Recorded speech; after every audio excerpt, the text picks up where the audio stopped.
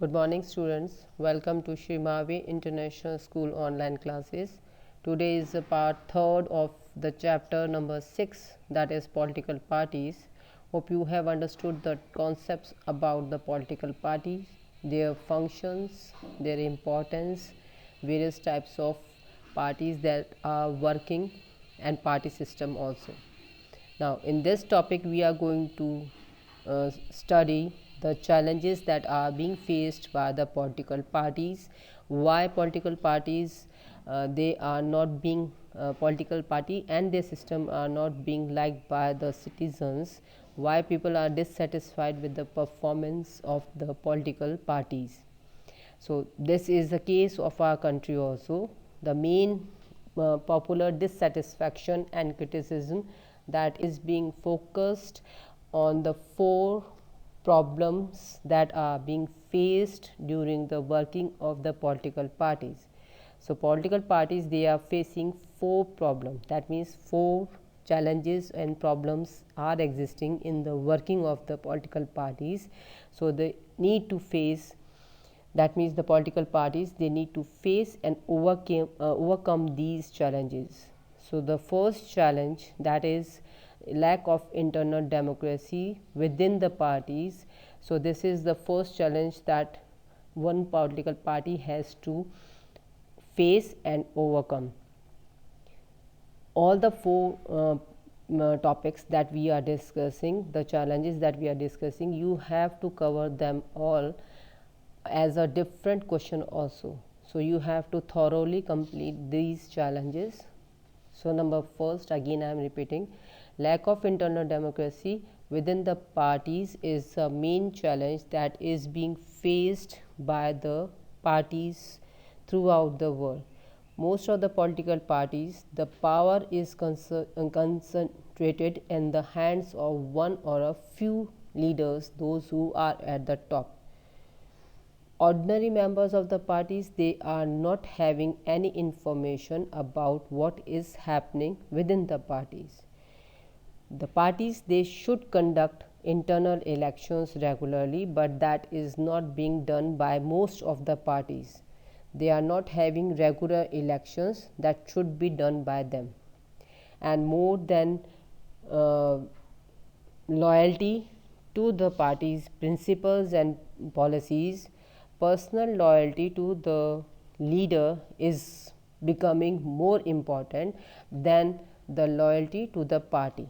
That means members, those who are of a party, they are more loyal to the top leaders instead of the party itself.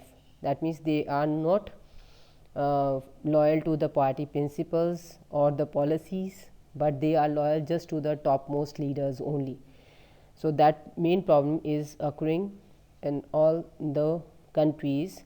The leaders, they assume that the greater power to make decision in the name of the party. As a result, the leaders, they are taking all the decisions. The main leaders, they are taking the decisions, and all these reasons are what a political party is facing the challenge.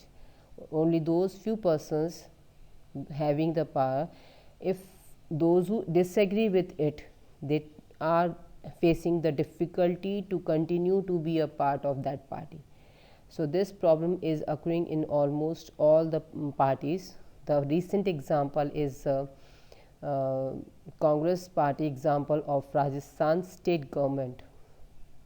Now dynastic succession is the second challenge that is being faced by the political parties.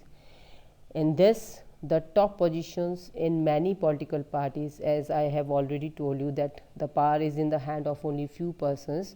So the top positions in the political parties, they are generally controlled by the members of one family. And if such practice is being existing, then it is called dynastic succession, as we can see the example of Congress government. If you look at the example of it, so leaders on the top, they also have unfair chance of favoring their families and friends. Most of the parties, whether they are smaller parties or the bigger party, they are doing favor to the family members and friends when elections are being held and nomination of a candidate has to be decided. And whenever the nomination of a member is being decided, at that time the main party leaders, they nominate a member of their family as a candidate in election instead of a person who is a member or who is a main responsible member who should be given the ticket. Instead of giving ticket to that person, family members are being given the ticket. So this system is bad for democracy, since people who do not have experience or popular support, they come to occupy the position of the power. As a family member, when they are not working in the party for any specific period, they just get the ticket because they are a family friend. So in that way, a person who has having no experience, just because he is having a popular support, he is occupying the position of power, which is not good for political party working. So this tendency is present in some measures all over the world, including some of the older democracies also, like India. So we can check this type of challenge of political party working in India also.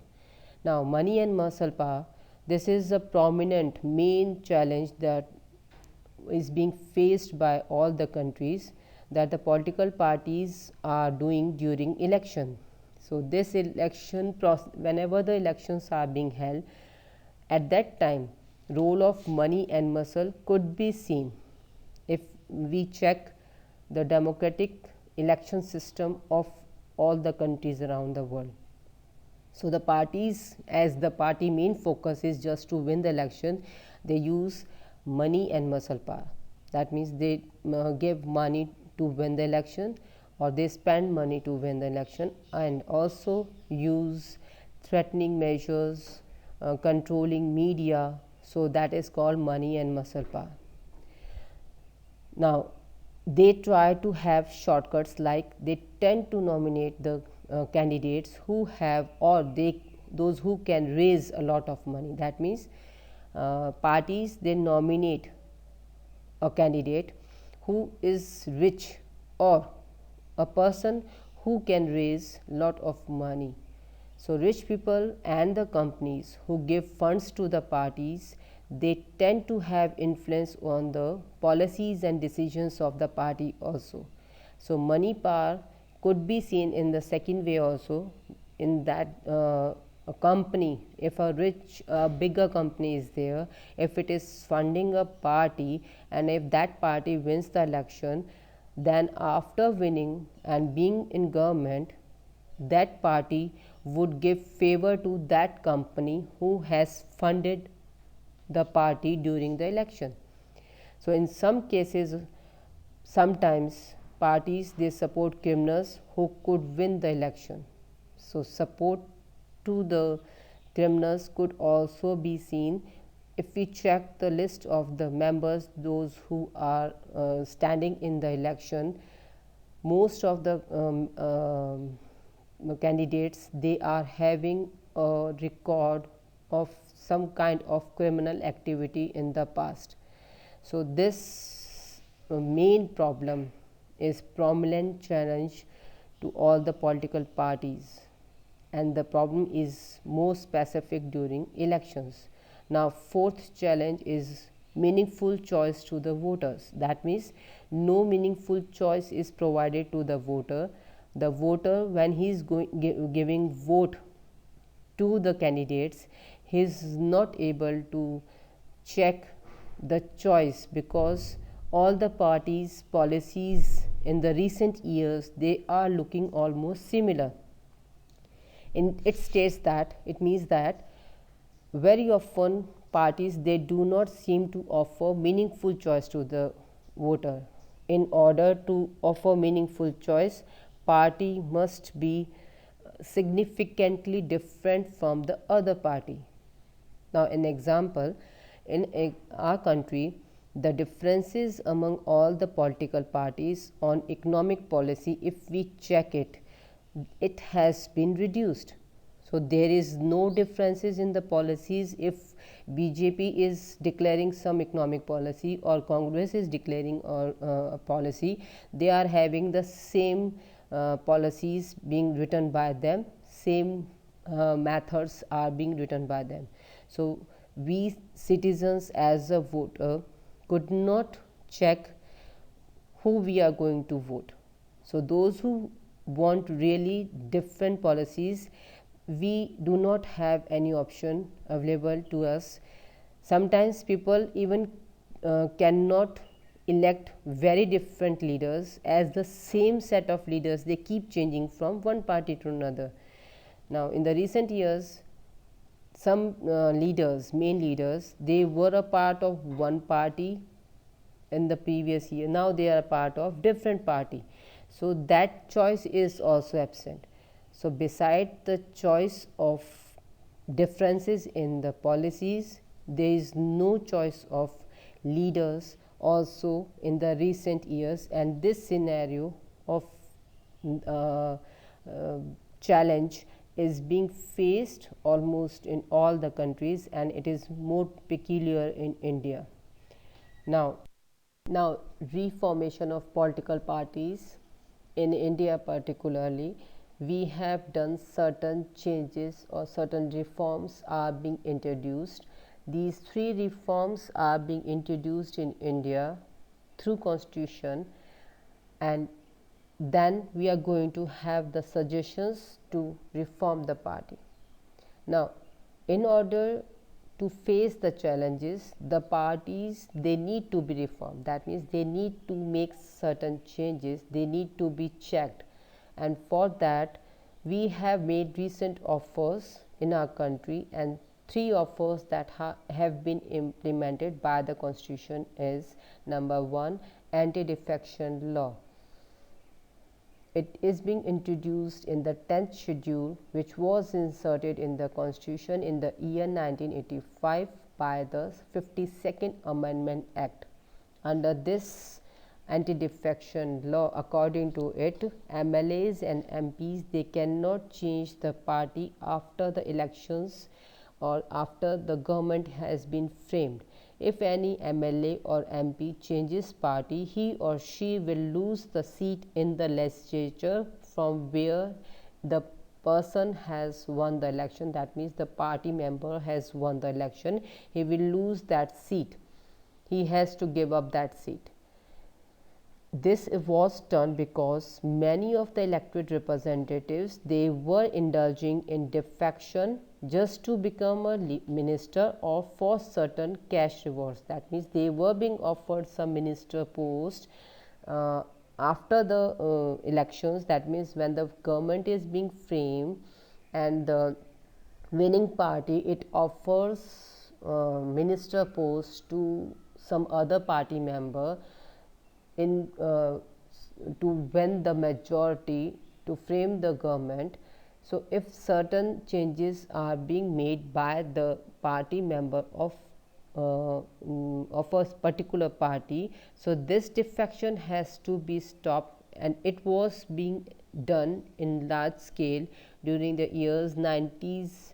So this practice came into being on a large scale. To stop this practice of defection, this law has been implemented. So 1980s, this practice was largely being faced by the parties. So defection means when a person is changing party alliance from the party on which that particular person has got elected for the legislative body to a different party. So this new law has helped to bring down the defection. So the law helped in bringing down the defection that was experienced. The MPs and MLAs they have to accept whatever their party is deciding. So anti-defection law has been implemented. If anyone changes the party, the person will lose his seat on the legislature, but there are certain exemptions also. Exemption means there are certain relaxations also. If a person is appointed as a speaker of any house and he want to leave his party legislative seat because he wants to work in an impartial manner as a speaker, for that he is allowed to leave the party. So no anti-defection law is implemented on him. Second case is also existing. If 2/3 members of a party they decide to change party because the party to which they are being linked to is not accepting their viewpoints or they are not taking them into consideration, so those 2/3 members of a party they decide to change party, this law does not apply, and that too applies. That means anti-defection law is not implemented if the chairman or the speaker, whoever the person who's having the position, he decides that no anti-defection law can be implemented against those 2/3 members.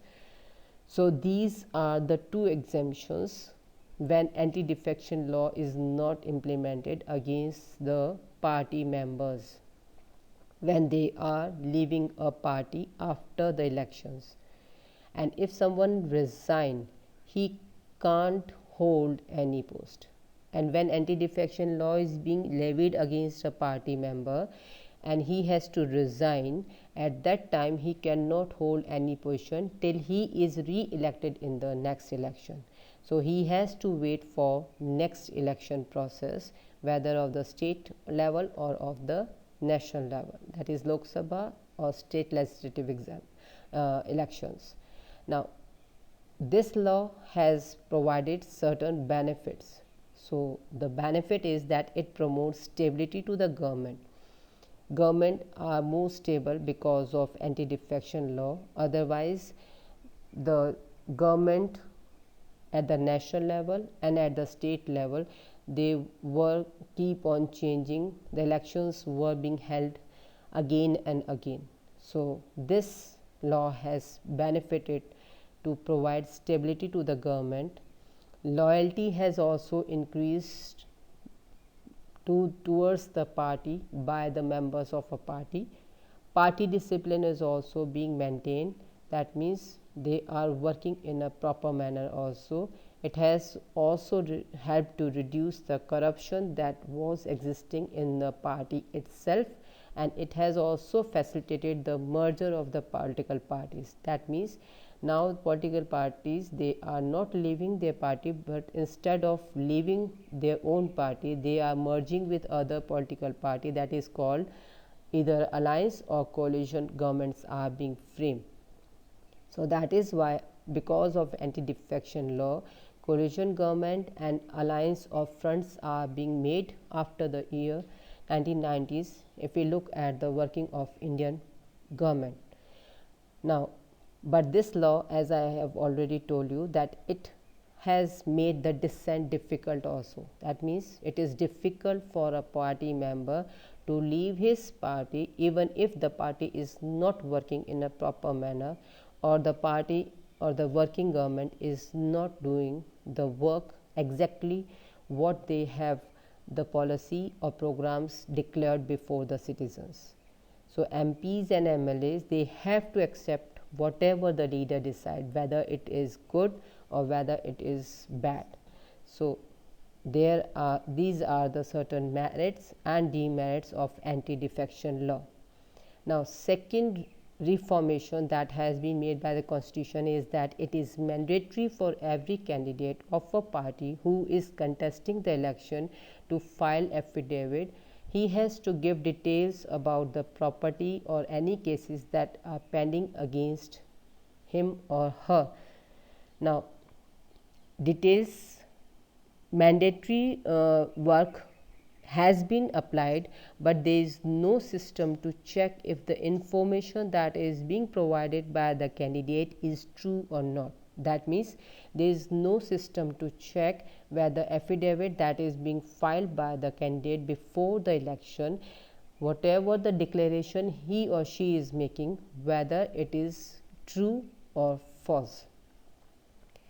Third change that is being made in the constitution is reform is filing of income tax return. The Election Commission has passed an order making it necessary for the political parties to hold their organization elections and file their income tax return, and this has been made mandatory by the Election Commission, but still the parties, they are not following whatever is being said by the Election Commission. The parties, they have started doing it, but sometimes they are doing it just as a formality, just to show Election Commission that we are having elections. No registers are being maintained, no organization elections are being held.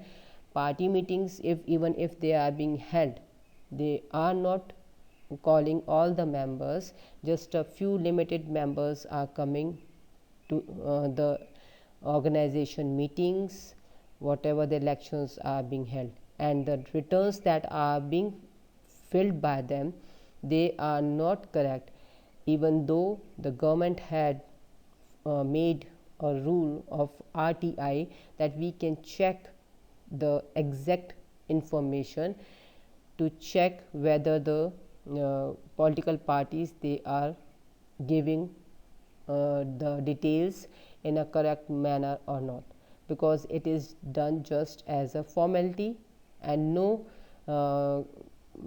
check can be made by the citizens.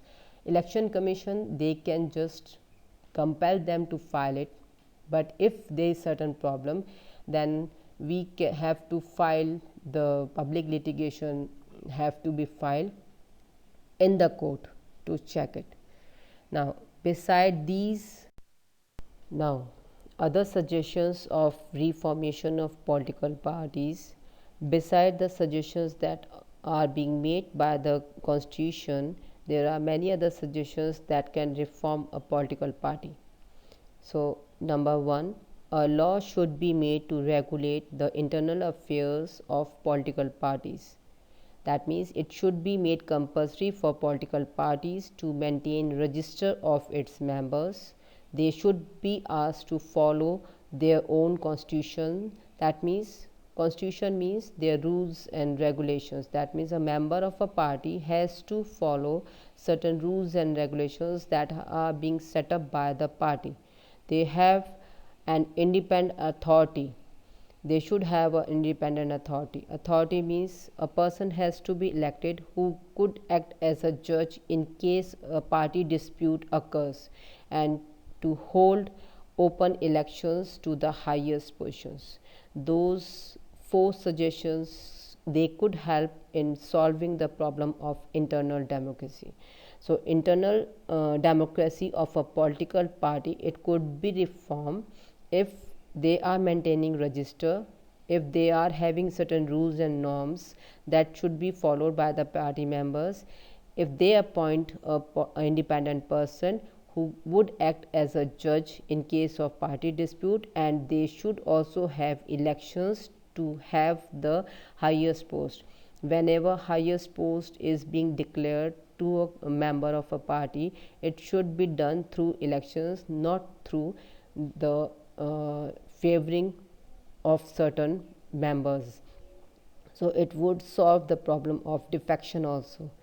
Second reform is that it should be made mandatory for political parties to give minimum number of tickets, about 1/3 to the women candidates of a party. That means if 1/3 member of women candidates, they are being allowed to stand as a candidate in a election, then the problem would be solved. Not only this, women candidates, they should be having certain quota for decision making bodies of the party. That means they should be given certain representation. Decision making bodies, they should have women members also. So, decision making bodies of a party, it should have women members, so that their working and their importance is being made compulsory. Now, beside this, state funding of elections should be done. That means whenever elections are being held, government funding should be there. Government should give parties money to support the election expenses. In this way, the role of money and muscle could be controlled. But these suggestions, they have not been accepted by political parties, and if when these are being accepted, this could lead to the improvement. But we cannot pressurize the political parties to implement these suggestions in a proper manner. The problem of bad politics can be solved by better politics. There are certain other ways also, that is, the role of ordinary citizen has to be increased. Now, role of ordinary citizen could be implemented by number one, if people could put pressure on the political parties through petitions or through publicity or through agitation. That means we as a citizen, we could pressurize political parties to work in a proper manner. We can put up our petitions, that means we can put writ petition in front of court if government policy is not proper, if there is certain problem regarding any bill that is being passed by the government and we want to stop it, we can write a writ petition in the court. Second method is publicity. Whatever the work is being done, it is positive or negative, it should be made presentable to the citizens through media. So media play a very important role in reforming the political party. Agitation is also one method. If the government is not listening at all, through petitions or publicity, then agitations are being made by the people. If political party feels that it would lose public support, only then it will be more serious about the working and the reforms that should be made in a government. Second way is that if ordinary citizens want to improve the political parties, they have to join the political party system. That means they have to join certain political parties or frame their own political party. The quality of democracy will improve only when the public participation and public awareness is being generated. So these are the reforms that are to be made in the political parties working, so that they work in a proper manner. Now this topic chapter is being done.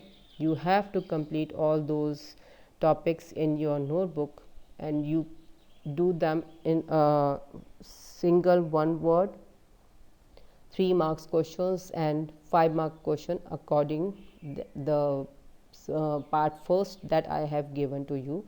So you do the work in your notebook. Now this chapter is being completed. Thank you.